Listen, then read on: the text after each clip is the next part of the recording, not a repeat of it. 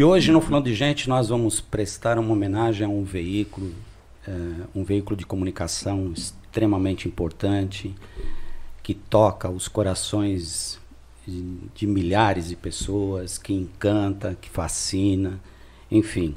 A gente vai estar, na verdade, recebendo uma aula aqui de dois professores que estudam muito essa temática. Lembrando alguns pontos especiais aqui. É noite, tudo se sabe. Oi, gente! E ripa na chulipa, e pimba na gorduchinha. E por aí vai. Para a gente ouvir essas pessoas maravilhosas que estão aqui no estúdio da Baruch hoje, o Falando de Gente vai entrevistar o Heródoto Barbeiro, jornalista, escritor e apresentador. E escreveu recentemente o livro 100 anos de rádio no Brasil. Também aqui no estúdio, agradecendo a presença, o professor Nilo Frateschi, é gerente da Rádio Dourado e Rádio Estadão, coautor do livro 100 anos de rádio no Brasil. E o Fernando Vítolo, empreendedor e investidor, palestrante e influenciador digital, também coautor do livro 100 anos de rádio no Brasil. Professores, obrigado por ter atendido nosso convite. Bem-vindos a Baruch FM, em especial ao nosso programa Falando de Gente. Muito obrigado aqui em nome da nossa equipe, mas você lembrou um fato que fazia tempo que eu não lembrava. É noite, tudo se sabe. Eu trabalhei na antiga Rádio Pan-Americana, ainda quando a Rádio Pan-Americana era lá no aeroporto. Colado lá, você lembra, né? Colado da Rádio Record e da TV Record. Miruna. Vida Miruna. E foi a primeira vez que eu conheci a Ana Maria, que era apresentadora do programa É Noite, tudo se sabe. E ela fazia um sucesso extraordinário. Na Jovem Pan. Na Jovem Pan, que era a Rádio Pan-Americana. E na época, com a onda da Jovem Guarda, que era o grande sucesso, vamos dizer assim, da TV Record na época, daí que veio o nome Jovem Pan. Nasceu da Jovem Guarda, desse período aí. E o cara que desenhou, Nilo, que a gente foi lembrando cada coisa, o cara que desenhou o logotipo, que é o mesmo até hoje, era o Fanucchi. Você lembra dele? Lembro. Que depois foi professor na ECA, na Escola de Comunicação e Arte da Universidade de São Paulo, conheci a filha também. Então eu peguei esse período. Agora, os contatos com a Ana Maria foram mais, assim, da gente se encontrar melhor, foi quando a Jovem Pan saiu do aeroporto e foi para a Avenida Paulista, onde ela está até hoje. Não era tão grande naquela época, já era no último andar do prédio lá da Paulista.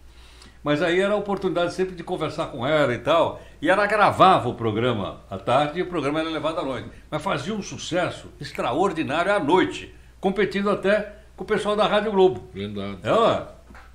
Não, e o Marcos, ele começou bem antes ali, já dando um toquezinho de rádio, quando ele falou, repita. Verdade. Como é que começou esse repita? Você tem ideia ou não? Eu vou te contar uma história que eu não tenho comprovação. Isso aqui já faz tempo. Nunca ninguém que nós entrevistamos falou, pô, esse repita aí tem uma pitadinha no... Jovem Pan. E é uma homenagem, assim. Assim como a música, né? Vambora. Essa música é do Billy Blanco, isso. Que não era paulista, era carioca. A música chama-se Sinfonia de uma Cidade. Isso. E tem toda aquela parte lá, é do Billy Blanco. E a história que eu ouvi lá, trabalhava com um grande locutor, entre vários grandes locutores, mas um deles chamava-se Antônio Alexandre, irmão do Tatá. Nelson Tatá Alexandre, que trabalhou com o Faustão na... Isso, fez lá o Balancê, fez um Perdido da Noite e tal. E o Antônio Alexandre, grande locutor. E ele era absolutamente careca. E o pessoal chamava ele carinhosamente de Capota. E assim, no estúdio lá, era uma brincadeira, assim, uma sacanagem. Tinha o pai do Emerson Fittipaldi, que era o Barão. Era uma sacanagem no estúdio, uma brincadeira geral. Só que era o seguinte, o Tuta dizia assim, se alguém risse no microfone do jornal, estava suspeito, pegava 3 dias. E o Capota, coitado, quando ele apresentava o jornal, ele suava, porque a turma ficava pegando no pé, falando bobagem na ouvida dele para ver se ele ria. Lógico. E numa certa altura ele também fazia. E numa certa altura, eu acho que foi o Franco Neto, que era o outro grande locutor, deu a hora e ele gritou lá atrás, repita! E o diretor de jornalismo, que era um excelente jornalista, aliás, nós dedicamos o livro a ele, o Fernando Vieira de Mello, saiu lá da redação, veio correr lá na Miruna, veio correndo e falou assim, Como é que é? Repita. Aí caiu, vamos falar, ficou como marca da Jovem Pan até hoje. Assim como o San Girardi. Pô, eu era garoto ainda, ouvia, né? Às vezes até trabalhando no sábado e tal, a área esportiva, né? E quanto clássico, igual os Osmar Santos aqui. Era um show de rádio, não era isso? Isso, o Osmar Santos, né? Que encantamento. Então, eu conheci o Osmar trabalhando na Jovem Pan. Antes de conhecer o Nilo, você vê que azar. Nada é por acaso. Pra mim foi sorte.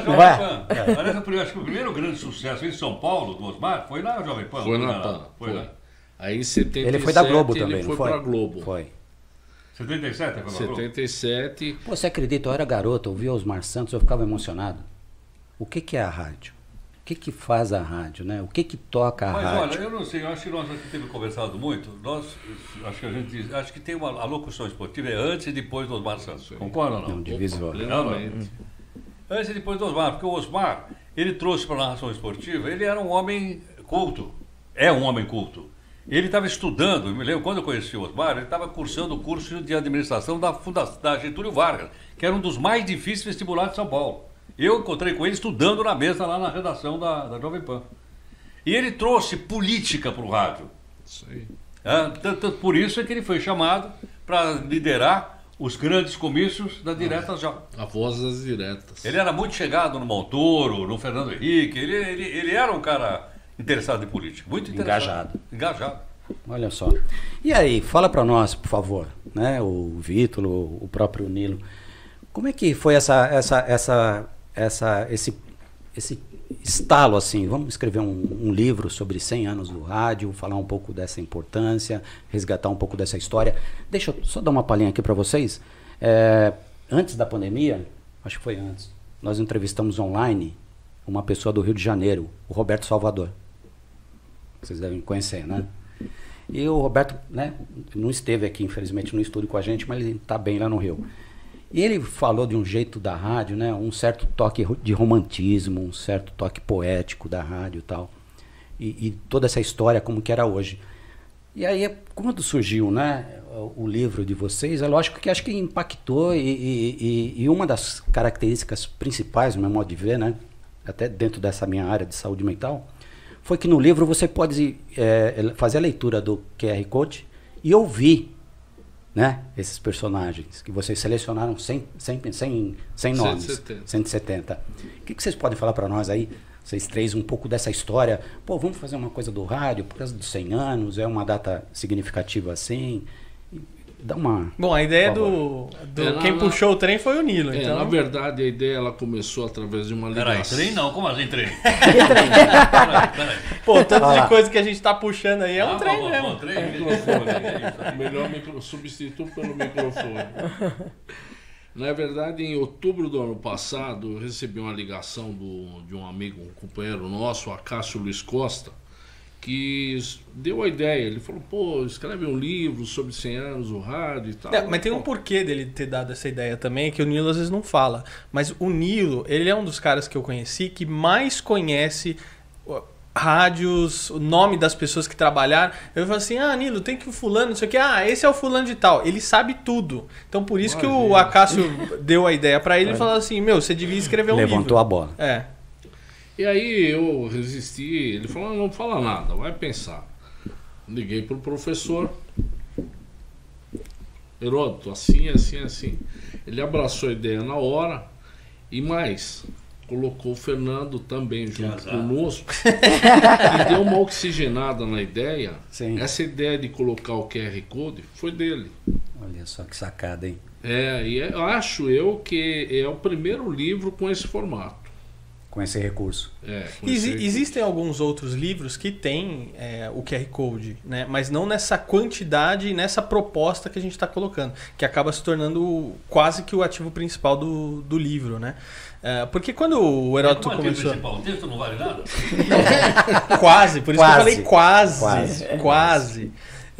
Então, quando o Heródoto começou a falar, que a gente vai colocar uns depoentes e tal, não sei o que, eu falei assim, e se a gente colocasse um QR Code, então, de cada um dos depoentes, que aí a pessoa assiste o depoimento, Eu acho que é melhor do que a gente ficar transcrevendo, decupando o texto, porque senão vai ficar um negócio muito grande. E aí a gente também se preocupa em colocar alguma coisa mais arrojada para os dias de hoje, né? Tentar fazer um livro, igual o professor comentou, de um livro multiplataforma, né? Então, e foi isso. Aí eu fui contribuindo com algumas ideias e depois o Nilo e o Heródoto vieram com um convite. E assim, você não quer ser coautor do livro junto com a gente e tal? Então, essa que foi a ideia aí. Não, e o legal do livro, o Heródoto começa do futuro para o passado. Fala um pouquinho sobre isso, professor. A nossa ideia é o seguinte, nós combinamos, para não escrever uma nova história de rádio, porque existem muitas, muito boas, muito bem escritas, por professores de jornalismo, por historiadores, etc. E que foi fazer o seguinte, na verdade não são bem capítulos, eles são artigos sobre o rádio. E o primeiro artigo é sobre a tecnologia do metaverso, é o rádio no metaverso. Ou seja, o rádio com a mais nova tecnologia. Uma tecnologia tão importante que a própria Facebook hoje chama-se Meta. Uhum. Por quê? Porque nós estamos indo em direção ao computador quântico. Isso vai, você imagina, já virou tudo pé na porta, você imagina o que vai acontecer com o tal do computador quântico. Então, quer dizer, o rádio está navegando também nessas grandes mudanças tecnológicas que nós estamos vivendo hoje. E com isso nós temos mais interatividade, multiplataforma, atingindo mais gente e nos tornamos um veículo global. Essa aqui que nós estamos falando agora é um veículo global. Nós estamos na internet. Eu sou capaz de, por exemplo, chegar em Teherã e colocar vocês no ar lá em Teherã. Ninguém vai entender nada, mas a gente vai... Ou em Paro, a capital do Butão, onde eu tive. Entendeu? Então então esse fenômeno é um fenômeno que adicionou ao rádio, à comunicação auditiva, à distância, uma coisa fantástica, por isso o livro começou por aí. E aí, né, ouvindo vocês, me deram a chance de eu pensar o seguinte, numa projeção histórica, o rádio lá atrás, né, era o companheiro das pessoas, as pessoas ouviam, as pessoas imaginavam, a radionovela. Quer dizer, toda aquela... Tinha esse toque mesmo, né, de companheirismo, a própria Marilyn Monroe, acho que falou isso uma vez, né? Como eu não tenho nada? Eu tenho um rádio. Então, acho que passa por tudo isso, né? Essa sensibilidade do que foi, do como está sendo. E Heródoto, né? O Nilo, o Fernando também. Quando a gente fala dessa época, era um radinho lá, ligado lá, a válvula e tal, bem no início. E hoje, como vocês estão falando, né? Está tudo integrado, né? É a net, é o metaverso. Eu fico às vezes curioso com isso. Vocês que vivenciaram toda essa trajetória, tem toda essa bagagem. Como é que vocês estão fazendo essa transição hoje? Porque, traduzindo melhor o que eu estou pensando, hoje a formação de quem procura trabalhar em rádio, eu imagino que é bem diferente da formação de antigamente.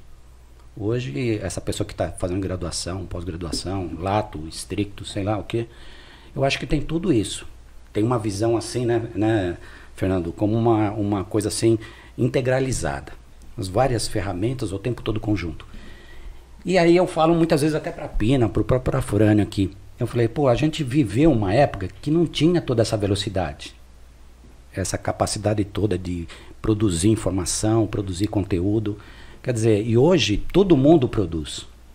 Hoje você pode pegar teu celular, sair na esquina, tacar numa rede e de repente você tem lá 1 milhão de views lá. Como é que vocês lidam com essa história, né? Essa transição? Porque às vezes para mim, volto a falar, eu atuo na área da saúde mental.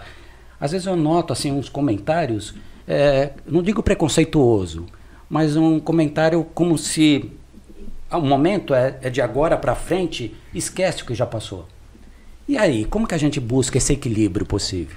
Posso aproveitar também nessa pergunta do Marcos e para vocês comentarem também como que estão essas novas tecnologias, a questão também dessa comunicação em massa, como que ela acontece, e agora dessa nova forma. E o Heródoto falou uma coisa interessante, que ele falou, olha, eu posso ligar a rádio lá em Teherã e ninguém entender.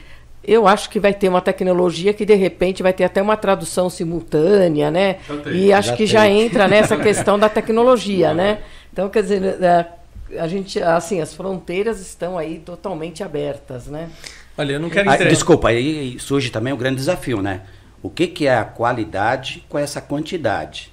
Então não adianta também falar, hoje então, a agência tal está produzindo por dia 100 mil informações, boletins, e aí, como eu cheguei, gente, eu vou contar uma coisa particular para vocês. Eu cheguei a mandar um e-mail para uma entidade, aí, uma organização, que tinha lá 2 milhões e pouco de seguidores. Eu perguntei o seguinte no e-mail: como é que você interage com esses 2 milhões de seguidores? Um seguidor fala que estava frio lá não sei aonde, um outro seguidor criticou não sei o quê. O que é isso, né? O que a gente está vivendo? Desculpa se eu prolonguei muito aqui. Não. Olha, você sabe, eu não quero entregar a idade de ninguém aqui, mas quando eu estava na segunda série, meu pai me levava no colégio, tinha um percurso bom assim que a gente tinha que percorrer com o carro, né? E ele sintonizava na rádio e quem estava falando era o Heródoto Barbeiro. Aí ele me deixava na escola, voltava para o trabalho dele, e aí o que ele fazia? Ele sintonizava a rádio no computador. E aí começou essa história de e-mail. E aí ele começou a mandar e-mail pro Heródoto Barbeiro. Assim, pô, eu tô achando isso, tô ouvindo você falar disso, não sei o quê. E ele lia o e-mail, né? Muitas vezes, o Juscelino tá mandando aqui que ele não concorda com isso que tá sendo feito, não sei o quê. E ele lia a opinião do ouvinte, né? E a internet foi aproximando o rádio do ouvinte. Então, por exemplo, essa questão do e-mail, você traz uma interatividade maior. Agora com o WhatsApp, muito mais rápido ainda. E as pessoas podem mandar fotos, podem mandar vídeos e assim por diante, né? Bom, o que acontece é o seguinte, a gente tinha um oligopólio das mídias. A gente sempre dependeu de TV, rádio, jornal e revista, né? Então, pequenos empreendedores, por exemplo, não conseguiam fazer anúncios. Era impossível. Com a questão da internet, a gente tem uma democratização das mídias. Então, hoje, eu como pequeno empreendedor, eu posso fazer anúncios da minha empresa, que são acessíveis para mim, e, por outro lado, eu posso ter o meu próprio programa. Então, por exemplo, eu tenho o meu próprio programa de rádio, que, claro, é um podcast via internet, que funciona via YouTube. Eu tenho um podcast junto com o Heródoto, que é o NE Podcast, que é Negócios e Empreendedores Históricos. Se a gente voltar lá atrás, onde eu teria a oportunidade de ter isso, né? Não tinha. Então eu teria que apresentar isso para uma emissora de rádio ou de televisão, alguém gostar daquela ideia para começar a produzir. Muito mais difícil. Então, com o avanço da internet e da tecnologia, a gente tem essa democratização. Só que, claro, o pessoal está se lambuzando. Então, eu, por exemplo, sou formado em rádio e TV. Então eu estudei isso e eu vi essa evolução toda e essa democratização chegando às pessoas. Mas, por outro lado, né, esse acesso todo cria uma falsa sensação de que você não precisa se preparar para fazer aquilo lá. Ou seja, que é só ligar o microfone e simplesmente falar aquilo que você pensa. Eu recentemente dei uma palestra na Fapcom, né, para os alunos ali de jornalismo e de rádio e TV e tudo mais. E aí a gente estava comentando essa questão do podcast. O podcast ele é um produto do rádio. Ele é um programa de rádio, só que ele está numa plataforma diferente. Então, em vez de a gente estar falando de ondas, né, de rádio via transmissão, a gente está falando de bits e bytes, né, que atinge uma massa muito maior de gente em qualquer lugar do mundo, igual lembrou o professor Heródoto. A questão é, será que a gente já não fazia isso antes? Então eu perguntei aqui para os alunos, qual que é a diferença do podcast? Eles, o podcast é muito mais descontraído. Eu falei, e a gente nunca teve descontração no rádio? Aí eu perguntei assim para eles, quem conhece aqui o programa Balancê do Osmar Santos? Ninguém levantou a mão, obviamente, né? O pessoal de 18 anos, ninguém conhece, né? Já não é um programa da minha época, mas eu conheço porque eu estudei sobre.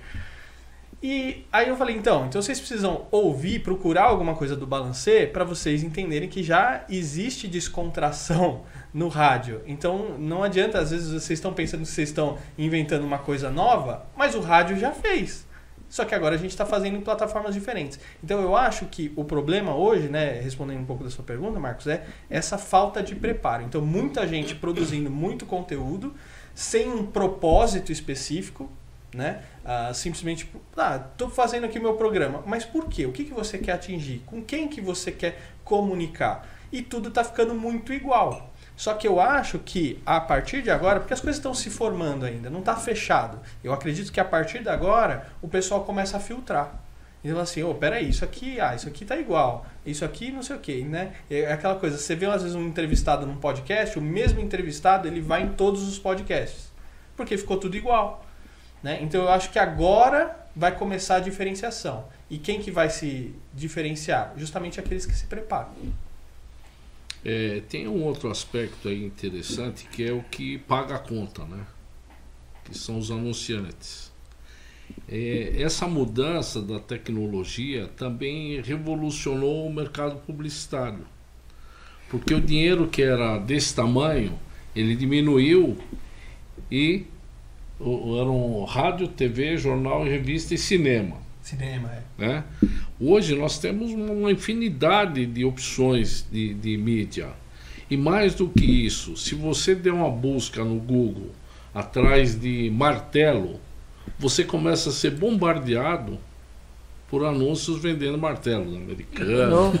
Não é? É verdade. Então, aquele dinheiro que o anunciante fazia o lançamento robôs, né? no Fantástico, investia uma fortuna ali para fazer o lançamento, hoje ele tem outras opções para fazer esse lançamento, focado no target que ele está buscando. de custo menor ainda. Então, essa mudança que está acontecendo também está passando por isso. Então, o Afrânio, com esse projeto aqui, eu sei da dificuldade que ele encontra. Essa dificuldade a gente tem conversado com várias pessoas que estão investindo nesse formato e tem a mesma dificuldade. Mas eu acho que é uma questão de tempo, já vão achar um modelo e resolver essa... E tem um ponto importante, porque assim, muito se fala sobre audiência, né? Porque hoje na internet o pessoal está muito ligado a número. Então, Fernando, não sei o quê, quantos seguidores esse cara tem no Instagram, no TikTok, no YouTube, no Facebook, ou qualquer que seja, né? Então o pessoal vai olhar para isso. Mas uma coisa que é importante lembrar é que audiência não é sinônimo de credibilidade. Então, como que eu conquistei aquela audiência? Falando sobre o quê? Porque o anunciante ele tem que olhar para isso, puxando o gancho da publicidade. Né? Então, por exemplo, o programa ali de fofoca, nada contra. Existem uns programas que são exclusivos disso. Uma marca como a Chrysler, por exemplo, vai anunciar um carro num programa como esse? Será que tem um público-alvo destinado que vai comprar um tipo de carro como esse? Aí a marca tem que avaliar. E aí escolher, bom, eu me encaixo melhor nesse programa ou nesse, mesmo que seja uma audiência menor, mas está nichada. E nesse caso, né? Tem como fazer um estudo, quem é esse público que segue aquele programa? Claro, porque talvez acho que vai mudar isso, e até o próprio isso, programa né? tem que fornecer isso, porque o programa ele vai vender publicidade. Então o programa ele tem que chegar para o anunciante e falar assim, meu público é esse. Então, por exemplo, o meu canal, quem acompanha meu canal são empreendedores, empresários, CEOs, professores, estudantes. Esse é o público que acompanha o meu canal, que está interessado em conteúdo de negócios e de comunicação. Então eu sei quem que é o target. Né? Aí, deixa eu aproveitar o que você está falando. A gente percebe hoje, pelo menos na TV aberta, né, Heródoto? Assim, aparecem algumas pessoas ali em determinados programas que não estavam na mídia, mas têm lá seus milhões de seguidores. Aí tá lá o sujeito que tem 3 milhões de seguidores sendo entrevistado, tá lá a moça que é influencer, que tem os seus milhões de seguidores, tá lá no outro programa. O que é isso, cara? Eu olhei, eu percebi também isso, né? Eu falei assim, nunca ouvi falar nessa pessoa. Olha só, hein? E eu uso o WhatsApp, sim, mas sei lá como é que é isso, né? Porque, para mim, dá uma sensação assim, vamos chamar para entrevistar aqui num programa aqui da rede tal, essa pessoa que tem milhões de seguidores, porque esses seguidores vão dar audiência para aquele programa. Isso está acontecendo também no rádio ou não? Ou ainda não? Olha, eu gosto de uma frase que o Heródoto ele falou uma vez, que é o famoso voo de galinha. Que a galinha, ela voa assim, dá o pico e cai. Ela voa e cai. Então esses programas que eles trabalham nesse formato, eles trabalham voando igual galinha voa. Então eles trazem num momento, tem um pico de audiência e cai, não se sustenta. Entendeu? Por quê? Porque não é um conteúdo... de qualidade, né? Na verdade, assim, pensando no editorial deles, entendeu? Então, por exemplo, ele traz uma pessoa que tem uma mega de uma audiência, tá, mas e depois? O que ele tem para sustentar essa audiência? Para ficar ali? Porque se ela tá trazendo simplesmente a audiência daquele cara específico que tá seguindo ele, depois a pessoa não continua acompanhando o programa, porque ele só tá lá por causa daquela pessoa. E aí não tem nada de atrativo no programa que fala assim, poxa, que legal esse programa, vou continuar vendo. Então, não sei se o Heroto concorda comigo, né? Então, essa questão é o seguinte, logicamente quando você vai convidar alguém para fazer qualquer programa, qualquer um, em qualquer plataforma, tem que ter um motivo. Ou ele é um grande cientista, ou ele é um grande escritor, ou ele é um grande político, ou ele é um cara que tem grande audiência. Eu não sei exatamente o que ele fala, pode ser a maior bobagem do mundo, mas o cara tem uma audiência extraordinária. Então ele é convidado pela quantidade de audiência que ele tem. Eu não estou pensando em transferir a audiência dele para o meu programa, não é possível fazer isso. O que pode acontecer é ele cortar um pedaço do programa e colocar lá na rede social dele e me ajudar a divulgar. Não é? Mas eu digo, esse fenômeno é um fenômeno assim, como ele falou em voo de galinha, de fato é um voo de galinha. Porque a maior parte desses pessoal que são grandes influenciadores, o influencer é um fenômeno da nossa época. É um fenômeno da nossa tecnologia, com o qual a gente tem que conviver, porque ele existe e ele é importante. Mas ele não, até agora, não teve consistência. Por exemplo, sei lá, o cara fala bobagem, um monte de bobagem e tem milhões de seguidores. Eu acho que o público tem todo o direito de escolher, né, porque é democrático, quem ele quer ouvir. Se o cara quer ouvir aquele monte de bobagem, tudo bem. Agora, uma questão também, assim, isso não se mantém. Por que razão? Porque mesmo os programas de música, os mais contraídos, ou os mais de humorísticos, ele tem que ter uma dose de credibilidade. Vamos pegar um grande motorista que morreu recentemente, que trabalhou na televisão e trabalhou no rádio conosco, Jô Soares. Jô Soares trabalhou no rádio, certo ou não? Rádio Eldorado. E na rádio? CBN. Pois é. Então você vê, se por mais, vamos dizer assim, brincalhão que ele fosse, ele tinha uma credibilidade extrema, extraordinária. Vamos pegar outro exemplo, vamos pegar um exemplo, por exemplo, Silvio Santos. Sempre muito brincalhão, certo? Olha a credibilidade que aquele homem teve. Ele passou aquela credibilidade para os negócios dele, se tornou um grande empresário. Grande, além do talento, lógico. Mas é isso. Agora, quando você simplesmente tem seguidor, você não segura. Vou dar um exemplo só. Vamos pegar um exemplo recente. A morte da rainha da Inglaterra. Eu estou trabalhando com isso todo dia, estou vendo. Bom, teve um besteirol, uma quantidade de bobagem dita, né, de uma forma geral, mas as pessoas queriam saber, cadê os cachorros da rainha? Deu uma puta audiência a história dos cachorros da rainha. E os ingleses sabem aproveitar bem isso. Os ingleses são mestres. Olha, sinceramente, foi o maior espetáculo que eu já vi na minha vida. Maior, de todos os tempos.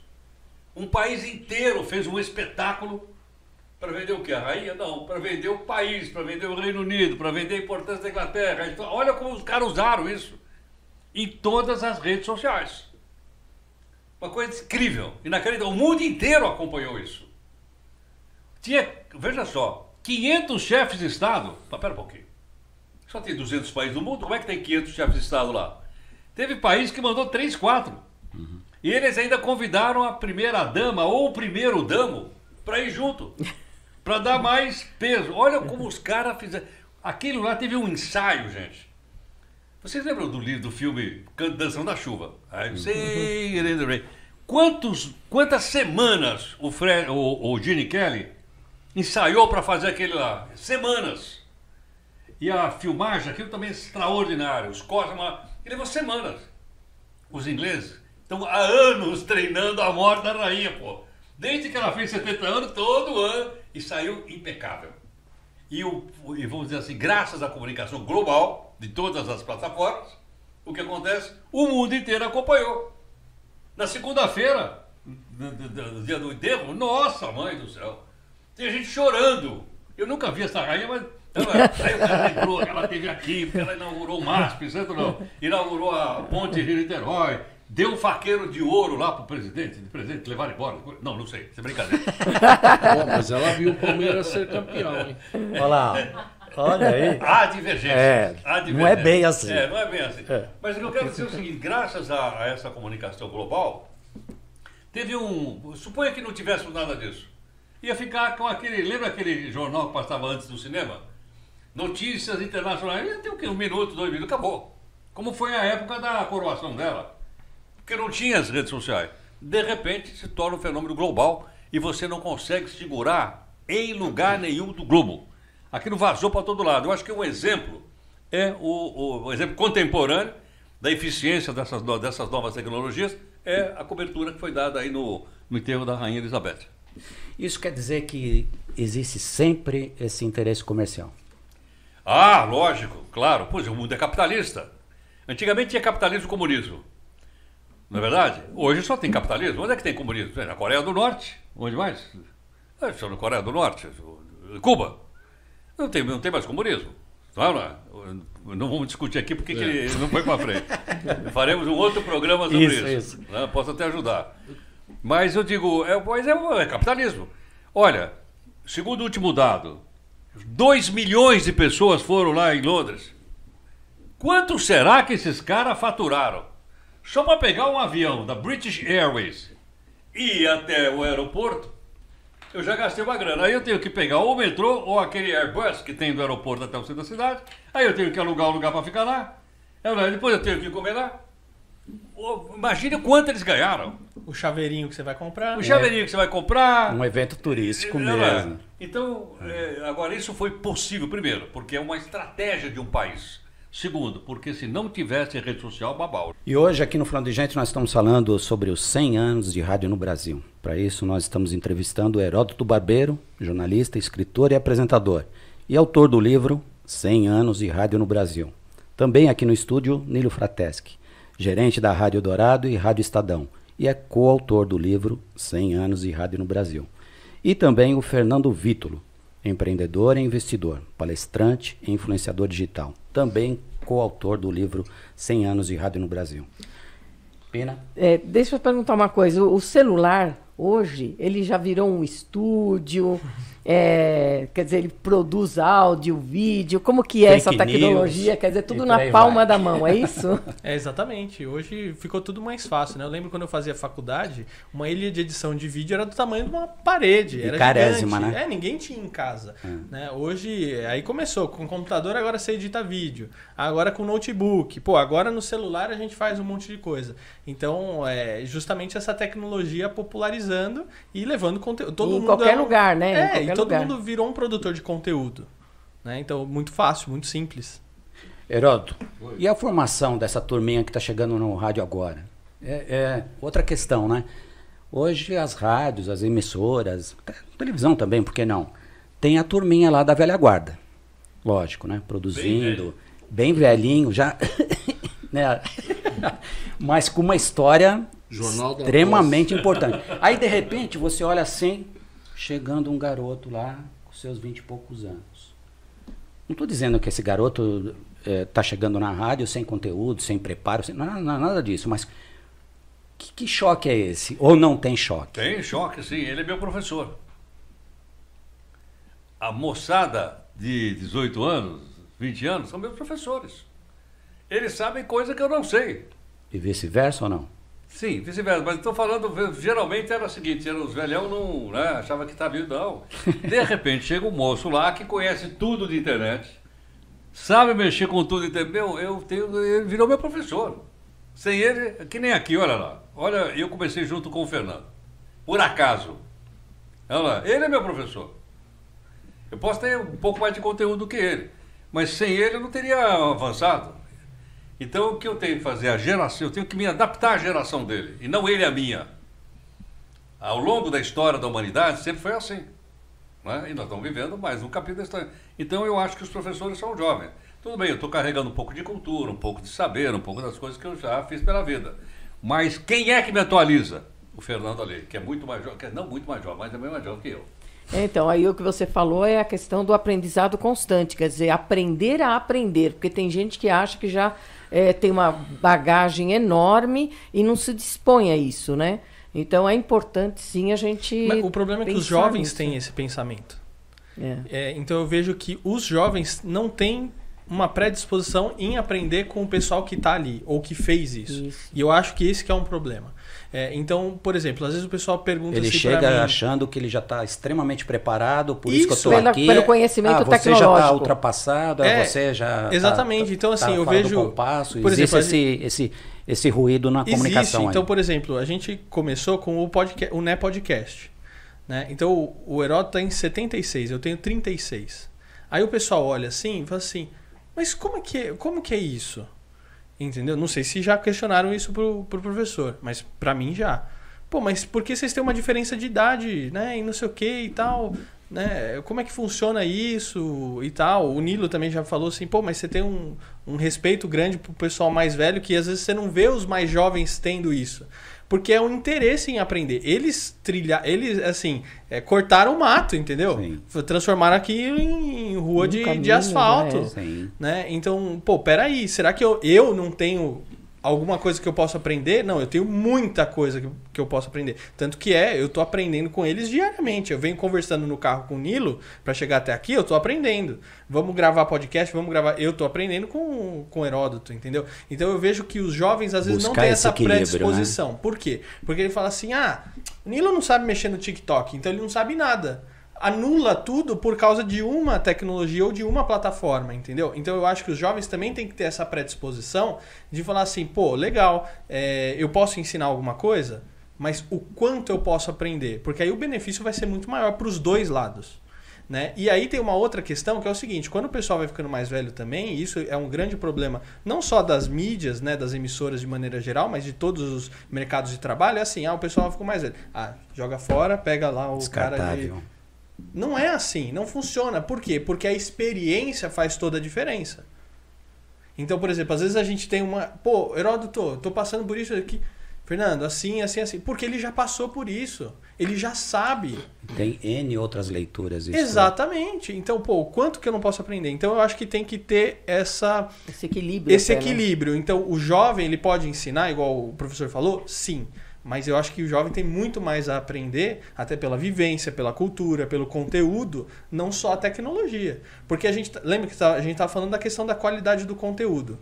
Né? Então hoje a tecnologia facilitou, democratizou. Legal, só que vamos falar sobre o quê? Como que a gente vai falar? Isso quem já está fazendo já sabe disso faz muito tempo. Não, e se não conhece a história, acaba falando às vezes bobagem, Exatamente. Né? Que aí Conhecendo a gente fala. Já fala, então. Aí eu quero aproveitar para perguntar sobre os cases aí de fake news que tem na rádio. Como que é isso? Né? Porque passa por tudo isso. Na rádio né? não tem, né? Não, né? Acho que não, né? O Nilo tem bastante história de fake news. Quer ver um grande fake news? A divulgação de que o Palmeiras não tem mundial. Olha aí! É um grande fake news. Eu acho. Eu divergente aqui. Vai começar um debate agora aqui. Olha. Então, tudo isso deriva também dessa possibilidade de, vou escrever isso aqui, vou mandar na rede, sai multiplicando milhões, e a pessoa já vai lá, não procura saber se aquilo tem uma fonte confiável, já vai retransmitindo. Hoje, quer dizer, a importância de você ter minimamente um filtro, não é nisso? Que eu acho que o problema hoje é a velocidade da informação. Então, por exemplo, a morte do Michael Jackson, quem soube primeiro foi o Twitter. Então a coisa se espalhou muito mais rápido do que nos grandes veículos. E eu gosto de uma definição do professor, ele vai poder explicar um pouco melhor. Fake news não é uma coisa nova. Isso é uma coisa antiga, né, professor? Muito, muito antigo. Eu queria falar uma coisa sobre isso, essa questão que estamos levantando aqui. Nós temos que vender credibilidade. Então, no momento que eu ajudo a propagar uma fake news, eu perco credibilidade. Não tenho credibilidade. Por mais que a gente avance na parte física, na parte, vamos dizer assim, do crescimento tecnológico, a questão ética, ela persiste. A questão de compromisso com a democracia, com o desenvolvimento da sociedade humana, ela persiste. Não importa em que rede está. Ética é ética, ou o meu campo. Jornalismo é jornalismo, não importa que plataforma você está dizendo. As regras são as mesmas. Eu não posso querer fazer uma reportagem equilibrada num veículo impresso e uma maluquice na minha rede social. Você está falando da coerência necessária. Entendeu? Não, por quê? Porque outra coisa que você lembrar, nós somos punidos pelo público. Nunca o público acompanhou tão de perto o que a gente produz como agora. Nunca. Você falar uma bobagem, como a gente já viu, nem vou falar aqui caso para não ser, vamos dizer assim, injusto. O cara acabou. Certo ou não? Acabou. Na época, não. Na época que você não tinha essa mídia, joga daqui, joga para lá, vai para debaixo do tapete. A gente não está conseguindo mais varrer para debaixo do tapete. Vou dar um exemplo. Eu não sei quem eu vou votar para deputado federal nem estadual. Mas se eu entrar lá no site do Congresso em Foco, né, eles dão o perfil de todos os candidatos. Eu olho ali, eu tenho lá no jornal, A Hora da Capivara. No jornal que eu faço de manhã. A Hora da Capivara. Olha a capivara do cara. Tem muitas. Nossa, mãe, mais do que na marginal do Tietê. Então olha a capivara do cara. Quer dizer, qualquer cidadão, qualquer pessoa, não importa se ele mora em Jundiapeba, ou se ele mora nos Jardins, ou na Lapa de Baixo, pô, com tique o cara olha aquilo e ele forma a sua própria opinião a respeito. Olha que grande contribuição que nós estamos dando aí. As redes sociais, por si só não, evadas de credibilidade. Se você me disser, olha, essa capivara foi feita pelo site congressoinfoco.com, é deles? Tem credibilidade? Tem. Você acredita? Eu acredito. Porque eles amealharam, só estou citando um, mas há outros, amealharam credibilidade. Então não adianta nada eu ter milhões de seguidores, como foi falado agora, porque eu tenho credibilidade, isso é babau, isso vai esboroar já. E com as empresas o mesmo. Vamos lembrar do Reclame Aqui, por exemplo. Exatamente. Sim. Exatamente. Grande passo. O Reclame Aqui foi um grande passo. É, não é? É. Antes você tinha que mandar uma carta no PROCON e ninguém nem sabia se responder carta. Eu queria avisar o pessoal que carta é aquele negócio que deu um envelope quadrado. Né? Antigamente eu punha um sino. Você lembra, Nilo? Hoje, para você falar carta, o cara dá risada. Meu. Pensa que é carta de habilitação para dirigir carro. Você tem carta. O Edgar de Souza, se eu não estou equivocado, foi o maior recorde de volume de cartas lá na Quem foi? O Edgar de Souza. Edgar de Souza, que tinha um programa à noite. Isso. Eu fiz muitas vezes, eu ficava sentado do lado dele, e ele falando das escolas Ubiratã, não é isso ou não? Escolas profissionais Ubiratã. Grande cara, grande. É Ubiratã ou Urubatã? Urubatã. Edgar de Souza, eu lembro, muito. E pegando um gancho... Aliás, encontrei também falar de noite, no nosso lá, o Monsieur Gilbert. Que fazia um programa na rádio Celso. Fez conosco lá. O Monsieur Gilbert. Som da música. Então eu sentava do lado dele, viu que ele falava francês, eu ficava prestando atenção para aprender com o francês com ele. Tá no nosso livro. Tá no nosso livro. Pegando um gancho na credibilidade, eu vou dar um exemplo prático. A CBN. A ideia do professor Heródoto. Ele e o Jorge Guilherme são os pais desse projeto. A CBN, a gente ia para o mercado vender a rádio e as pessoas questionavam muito, né? Bom, mas essa rádio não tem opinião. Porque a Jovem Pan é contundente, a Bandeirantes, a própria Eldorado. E a CBN não. Aí eu algumas vezes questionei o Heródoto, falei, pô, mas... Ele falou assim, é o seguinte... Que seria a identidade da emissora. Aqui a gente coloca o fato, envolve duas partes. A gente coloca as duas partes para falar e deixa o ouvinte formar sua opinião. Isso foi o que trilhou a história da CBN ao longo do tempo. Hoje eu não sei como está isso lá. Mas o sucesso da CBN foi esse. E na credibilidade, nós tínhamos a Rádio Globo, que era o carro-chefe do Sistema Globo de Rádio, faturava um montão de dinheiro, né? E veio a CBN. Nós tínhamos lá na Globo, chegamos a bater com Paulo Lopes mais de 500 mil ouvintes por minuto. E a CBN lá nos 100 mil, 120. Só que o valor que o anunciante depositava na CBN era imenso. A coisa virou. A Rádio Excelsior, a CBN, durante anos, ela bancou a mudança da própria Rádio Globo, que passou por essa limpeza dos anunciantes sem credibilidade, para trazer os grandes anunciantes. Ideia do Paulo Novis, que era um cara visionário. um baita empresário. E aí virou a história da CBN, por conta da credibilidade. Quantos anos ela ganhou o prêmio lá do Meio Mensagem com um veículo mais admirado e de maior credibilidade? Mas seguido, todo ano ela ganhava. Então isso demonstra a responsabilidade de um bom jornalismo. E tinha uma placa lá na redação do Cláudio Abramo. Qual era? Jornalismo é a prática diária da inteligência e o cotidiano da ética. Isso aí. Isso é o que norteava a CBN. Então, aí surge todos esses fatores aí de interesses econômicos, de grupos. Um grupo compra isso, compra aquilo, e aí determinadas redes pertencem a um número reduzido de grupos. Isso não é um perigo também? Desculpa, acabou isso que ele falou. Acabou o oligopólio da mídia. Acabou. Olha, nós estamos aqui, gente, falando de uma mídia. Quem é que está pagando por nós para falar isso aqui? Quem é que está nos impedindo aqui de falar o que a gente quer? Acabou. A internet, ela aprofundou a democracia da comunicação. Qualquer um de nós pode ter sua própria estação de rádio, sua própria estação de televisão, seu próprio site. Olha que coisa inacreditável.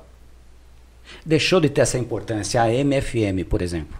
Isso é Quando surgiu lá atrás, começou a falar, né, da internet, algumas pessoas escreveram isso, falaram, agora vai acabar a AM. A AM continua. Não, mas nós estamos falando A FM continua. Quer dizer, um quando falar dessas frequências é limitada, mas a internet não tem limitação, na né? Naquela época, dissesse para você o seguinte: vai acabar o. Como é que chamava aquele negócio que vinha lá?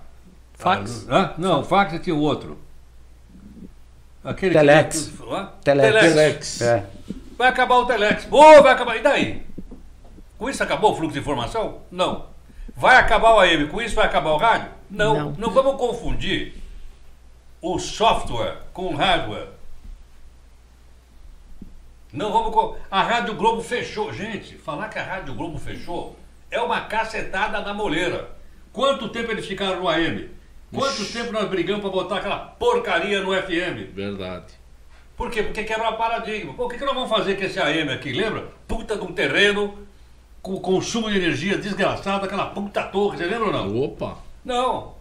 Não vamos confundir a tecnologia, que é o hardware, porque ele muda, com o software, que é o conteúdo que navega em qualquer tecnologia. E vai continuar mudando. O jornal impresso vai acabar. Por quê? Porque a plataforma de tinta e papel acabou. Está morrendo. Você tem ideia quanto tem o Estadão hoje de tiragem diária? 60 mil exemplares. Já teve quanto? 500 mil. 500 mil. Vai acabar a plataforma de tinta e papel. Por quê? Onde está o jornal? Na palma da mão. Então não vamos confundir o caso da pilha, o caso do AM, isso já era. E uma coisa que, não sei se vocês sabem, mas a Globo está agenciando agora os próprios artistas. Se a gente parar para pensar, o que isso significa? Que eles estão buscando novas fontes de renda. Porque o que eles faziam antes já não está rendendo mais.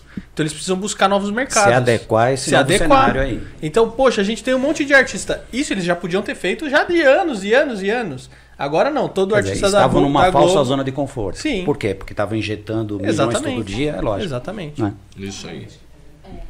Bem, Afrânio. Marcos, dá licença. Bem, como diretor aqui da Rádio Baruch... Agora vai ficar feio.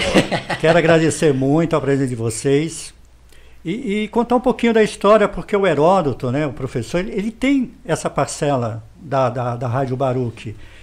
Eu tive o privilégio de trabalhar na Rádio CBN quase 20 anos, trabalhei com Heródoto. Eu era mal por isso, hein? Trabalhei com Heródoto, né? E outros grandes profissionais. E eu sou um apaixonado por rádio, por comunicação. E eu acho assim, que para a gente trabalhar com comunicação e com rádio, a gente tem que ter duas coisas. Idealismo e ser visionário. Olhar lá na frente, né? E em 2010, o Heródoto, com o Juca, com outras pessoas, já falava qual era a tendência do rádio. Lembra, Heródoto? Que você falava, não, esse rádio que a gente conhece, do dial, esse rádio físico, digamos assim, analógico, já era. A internet vai absorver as mídias. E aí, aquilo já me despertou, né? Eu falei, o que eu vou fazer depois que eu parar? Depois que eu sair, né? Eu já estava indo para uma aposentadoria nesse campo. O que eu vou fazer? E a internet possibilita isso. Possibilita você ter o seu canal, possibilita você produzir e gerar o seu conteúdo, né? E duas coisas que permeia a Baruch, essa questão da qualidade ao conteúdo. Não adianta realmente você ter um microfone para falar e não saber o que você vai falar, qual é o conteúdo, né? O Bertolt Brecht já falava isso, da questão do conteúdo. Não adianta você ter um microfone e não saber o que você vai falar. E tem outra questão, o Heródoto também, e vocês, né, o Fernando, o Nilo, quando a gente tem essa coisa do professor, a gente é formador. Não é só entreter, não é só informar, não é só, sabe, falar. A gente também tem uma responsabilidade, a gente é formador.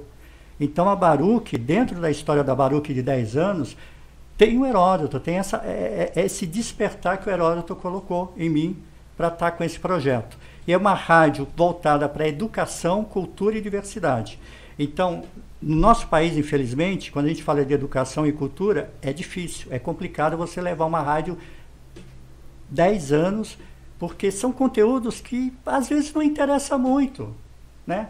Porque os anunciantes, os publicitários, eles ainda estão, eu sempre digo, no mundo digital com uma cabeça analógica.